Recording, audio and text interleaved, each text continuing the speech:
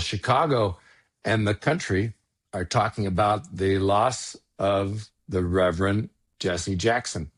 He was a giant in civil rights, national politics, Democratic politics, Chicago politics. What a life.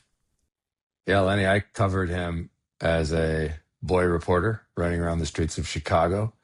I remember shortly after his 1988 presidential run, he was still a national figure, but he was making a Chicago appearance, and he was one of the few sort of national Democratic voices that was willing to push back on then President H.W. Bush, who was riding high after the successful handling of getting Saddam Hussein out of Kuwait.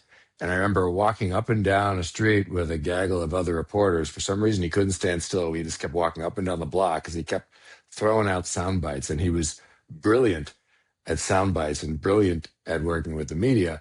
And I remember at the time, the polling for H.W. Bush was that he had a 90% approval rating, if you think about that. Wow. And Jackson said, we need a president, not a prime minister. And you could just kind of hear his voice and his rhythmic way of delivering his lines. And sure enough, in a couple of years, as the economy ran into some issues, H.W. Bush took all the hits for it's the economy stupid approach of the Clinton campaign, and he wound up being only a one-term president. And that set in motion a lot of other things down the line.